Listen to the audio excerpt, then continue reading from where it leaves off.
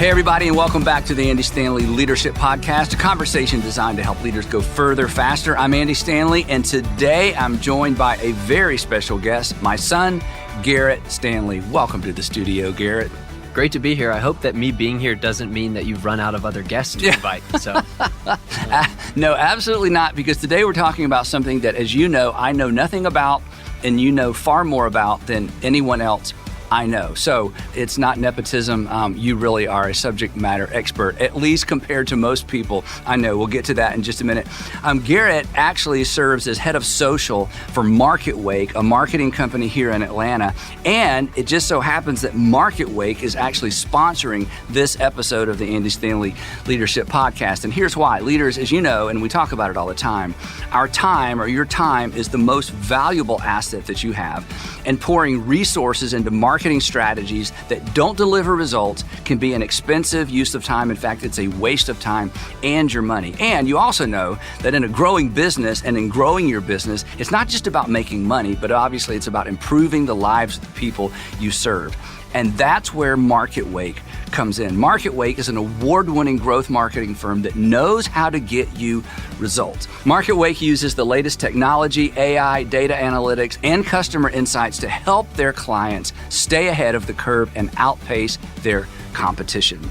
So whether you need help with paid media, SEO, social media, branded content, or website design and development, Market Wake balances data and creativity to help you drive revenue for your business. With their proven track record of success across industries, you can trust that they will create growth marketing strategies that have real impact on your team and your customers. So don't settle for mediocre results. Let Market Wake help your business make its mark. Visit marketwake.com today to learn more. That's marketwake.com.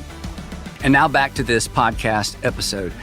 In spite of our family connection, we are not talking about family today. We have done that in the past. This episode is devoted to AI, artificial intelligence. But we're not just talking about how to use AI in your business or as a leader.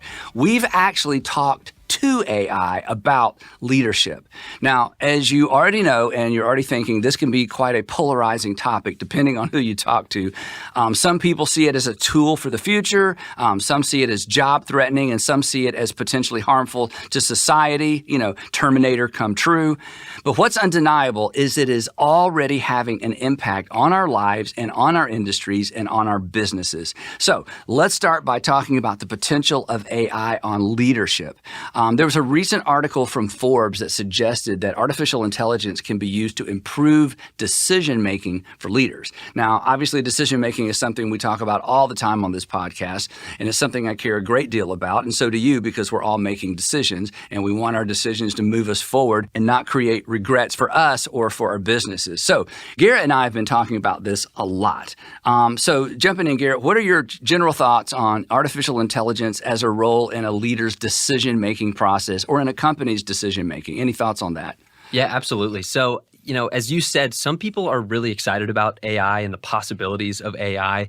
And some people are terrified. Some people are less excited. And then some people just don't like that things are changing. So some people don't want to use it because they don't want to do something new.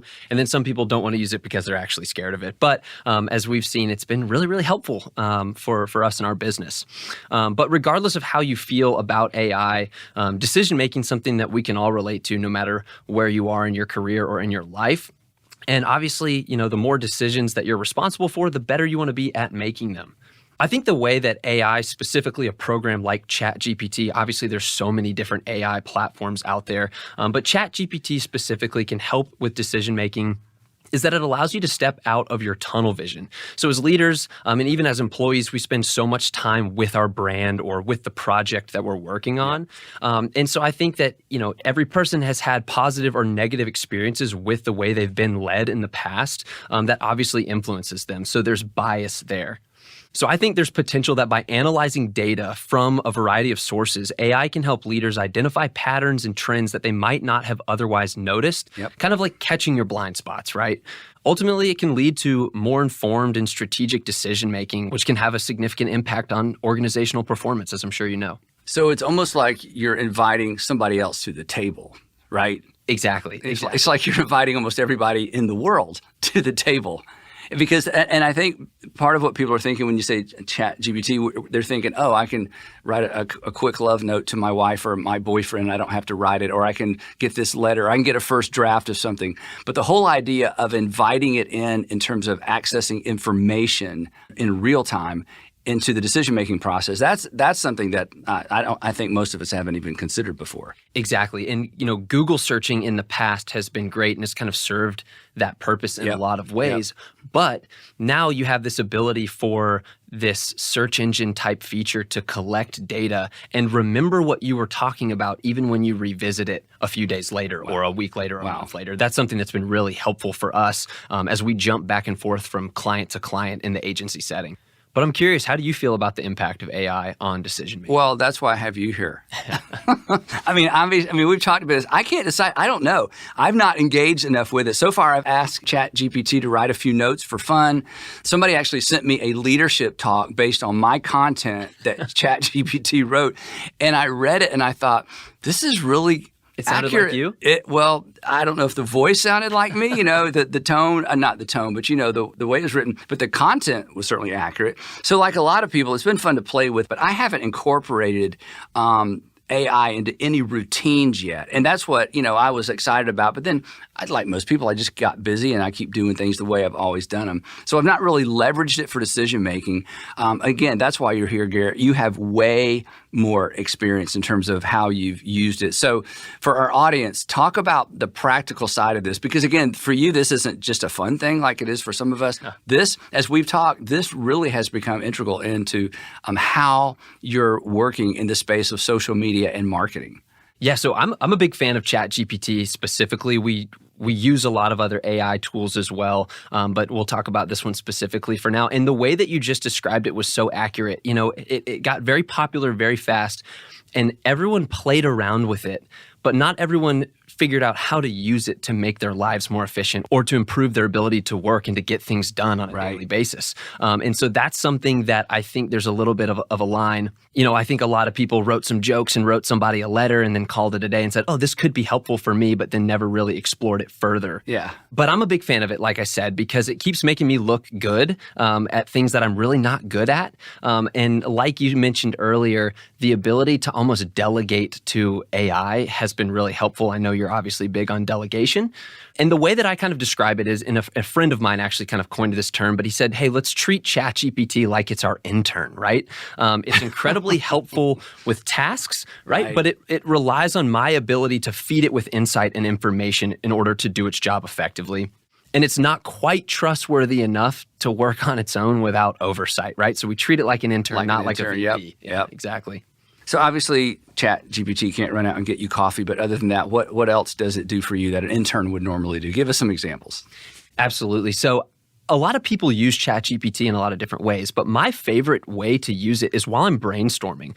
While I'm brainstorming content ideas for a client, or while I'm brainstorming campaigns or strategy, or coming up with copy that I'm going to send to an influencer for a big campaign. I love to have it as just kind of my really truly my intern sitting there. I'm bouncing ideas off of it. I'm kind of filling the gaps in my brain really effectively and efficiently while I use it to brainstorm. I obviously use it for a lot of copy. We write a lot of copy at our agency.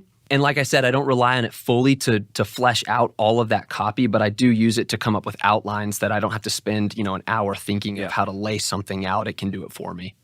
So in the agency setting that I'm in, I work on a lot of different clients, and we work across multiple different industries as well. So throughout the day, I'm constantly bouncing back and forth from one client to the other, from one industry to the other, from one brand voice to another. And because ChatGPT actually can save my conversations, if you're familiar with the platform, on the left side, you've got multiple different conversations. I have one conversation on that left side per client. And with the way that it works, I can revisit that client. And unlike a Google search, it remembers everything that I've been telling it for the last handful of weeks or months. So if I ask it a question or ask it to write something for me or ask it to help me brainstorm something, it's actually recalling all of the conversation that we've had. That's amazing. From the past. And so unlike a Google search where I've got to put in the exact information, it's going to spit out a result, it's recalling all of this information that we've already talked about, right? And so when I reference it as my intern, it knows things already, right? And Well, you said we. Exactly. Yeah. Oh, and this is funny too, but I often say like, please write this, or I say thank you after it spits something out. And that's just, you probably taught me to do that with people. So now it's transferring over to machines. But I figure, if AI turns on us at some point, at least I was polite. Yeah. Does it ever say you're welcome? Yeah. It actually, absolutely. It does? Oh yeah. I mean, it's a conversation. I call it a conversation, not just an entry and, in a result, but it's and I would think too, because this is my industry. I used to do some counseling with people. I was terrible at it, but I did it anyway because it was just part of what I had to do. And I hated taking notes on the things they were saying. Yeah. But if I didn't, then a week later when they showed back up, I'm like, okay, which marriage problem was this again? I'm almost having them retell their whole story. So as you move from client to client, and in your case, industry to industry, I mean, there's just extraordinary differences. While you are becoming somewhat of an expert, a content expert for these particular companies, the fact that you have AI to assist you in that, well, that would be a remarkable asset. That's amazing. Absolutely. It's truly made our whole agency so much more efficient because there are certain things that just take up time. We know how to do it. We're sometimes overqualified to do certain tasks, and to have, an app like ChatGPT jump in and be able to kind of do the bulk of it. Yep. And again, don't trust it fully to spit out a perfect product. You do need to go back in, tweak some things. Right? Yeah. So those are the benefits, the positives. What do you see? And again, this is what people are talking about. What do you see as the potential risk and challenges, even as it relates to what you do? I mean, other than taking over the world, within the context of a specific company or your specific job, as you create copy and as you create ads, marketing strategies, what are the potential risks? Yeah, there's obviously a handful of risks. There's some that seem very serious and maybe kind of future related. But the things that I see are kind of risks and challenges right now. Our first thing is accuracy, right? Like, you don't want to waste time building something out if it's not accurate, right? I'm an advocate of checking my own work. And so I'm certainly not going to have ChatGPT write some social media copy and I'm just going to send it out into the world without reviewing it. Yep. Again, treat it like an intern, not the VP. But the second risk would be a leader's over-reliance on technology. Yep. So it overrides a leader's judgment or intuition, which I think we can both agree is what makes some leaders better than others. And another risk, or rather a nuance of AI, is that you can kind of lose a personal touch or the human connection piece that people crave. And in fact, I was having lunch just a few days ago with some of my team members, and we were kind of laughing at someone who had sent a shout out to someone in our general Slack channel, and it was clearly written by AI. But think about this. The words were so kind, it was accurate, right? But we didn't take it as seriously because we knew a bot wrote it, Yep. right? And so we were kind of poking fun at the fact that happened. And so if my kind of takeaway there is, if you don't want people to know it was written by AI, don't write it by AI or go in and edit it heavily after and really add your personal touch. Because I think our minds haven't caught up to the fact that even though it is truly real in the sense of it sounds good and it looks good, is it as sincere? Yeah. You know what I mean? And for a leader, I think that's really, really important to remain sincere. What comes to mind is we just celebrated Mother's Day, and like most husbands, I went to the grocery store actually and got a Mother's Day card. And I got one for your sister because she just had a baby, so now this is her first year to be a mother. And I'm reading these cards, and it's exactly that. They're perfect, but they're not personal. Yes. And they can't be personal because they're cards. They're general use cards. And so I found myself, because my handwriting's terrible, I went in and I circled certain words and I highlighted certain words like, I really mean this, I really mean that. But it can only go so far. So especially when you think about creating energy around copy for marketing, there has to be that a little bit of grit that it's kind of the personal side of this. So that makes perfect sense. It's the same reason why you still write in one of those cards, right? It already wrote the message for you, but you've written, it's the exact same. Then you write your own note. Exactly. And the handwriting's terrible and the grammar's bad, but it feels more personal. Yeah. Anything else on the downside of that, or things that you've learned? Yeah, I think it's also important to remember there's a Harvard Business Review article, and it kind of put it like this. It said, it's important to remember that AI isn't generating new ideas. It's aggregating and predicting based on prompts, right? Wow. So there's no new information. It's just taking all the information from the internet and spitting it back out to you in the way that you want to see it. So I guess part of the good news is we're not going away, right? Right. As long as we're writing in the margins of the Hallmark cards, we're probably going to have to edit and engage with AI. So we're not going away, but it's not going away either. I mean, it's going to continue to grow in this space. Do you have any specific steps that you're taking, I don't know, to future-proof your career? I mean, as my son, your career is very important to me. I appreciate that. Yeah, absolutely. So I love this question. It's a great question. And I think that it's the question that right when this started becoming really popular, a lot of people ask themselves, hey, where do I kind of fit into this? Yep. Is my job replaceable? Things like that. And I want to answer the question in a way, but I want to kind of give you my AI projection and then kind of circle back to answer it. And I'm going to relate it to Instagram. I think a lot of people are familiar with Instagram. It's a great app. It's one of the apps I use for my job daily. But when Instagram came out, it was, hey, I'm going to share a picture of my coffee or the sunset or whatever it is with people that I know, right? That's where the app started. And I'm going to fast forward really quickly. But, after a handful of years, these people that we now call influencers decided, oh, I can use this app to make my life look really perfect, actually make my life look a whole lot better than it might actually be. So we saw this boom of influencers that were traveling and doing all these fun things, and it just made their life look like perfection.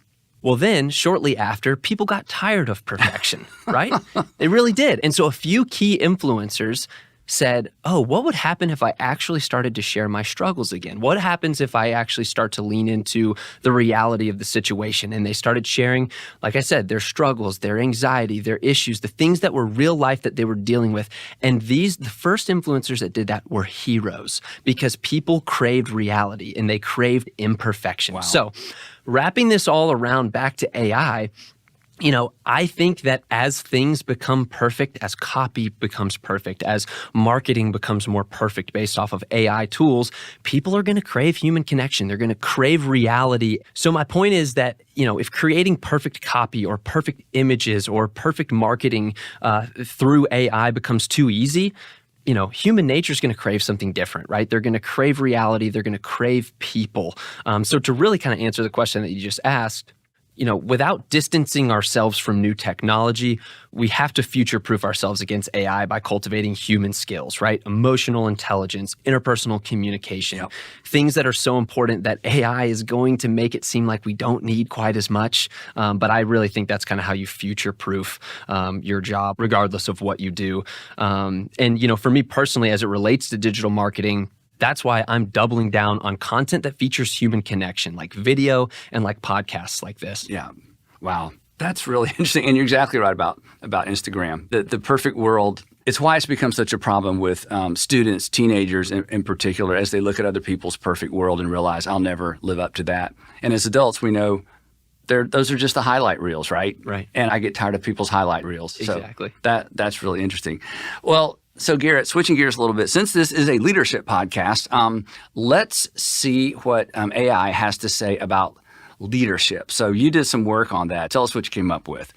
Yeah, I think this is a good time for me to take over as the host because I want to get your gut reaction based off of a prompt that we asked ChatGPT, which was, what are the top attributes associated with strong leadership? All right, so we've got 7 of them. Are you ready? So this is what it spit out. This is what it spit out. All right, exactly. Pretty simple prompt. No, not a whole lot of data to back it up. Things like that. Pretty simple prompt. So let's see on first pass how good it was. All right. Number 1, seek feedback. Number 2, set goals. Number 3, learn continuously. Number 4, practice self-awareness. Number 5, build relationships. Number 6, take risks. And number 7, be adaptable. Thoughts?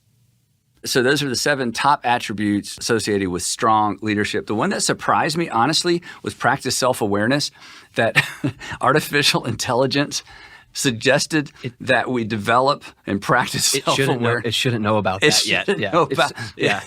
That's pretty scary. Yeah. It's so artificial intelligence has become self-aware. See, I think this is Terminator's right around the corner. Okay, anyway, overall though, I think those sound good. I mean, that sounds like a great outline. It's certainly a great list of attributes, especially when you think about strong leadership. So I don't think I would disagree with any of that. I mean, if you possess those 7 things, you'll certainly be on your way to becoming, a leader worth following.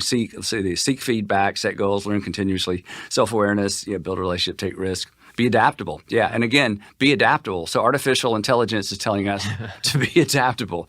Yeah, that's a good list. What else? Yeah, so what we're learning is ChatGPT is a pretty good leader so far.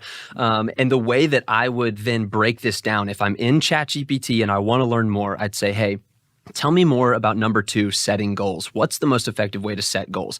And then I would just kind of continue to break this prompt down. Oh, wow. And continue to learn more. So it almost about creates an outline around those 7 things. Exactly. Oh, wow. Yeah. So if you want to dive into that for your next outline for your next book, feel free to do that. But we didn't just ask it that. We actually asked it what you say makes a great leader. And so let's see if ChatGPT knows a few things about you.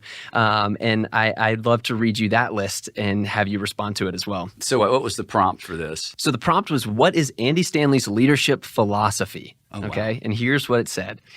Andy Stanley's leadership philosophy is centered around the idea of leading with clarity, courage, and humility.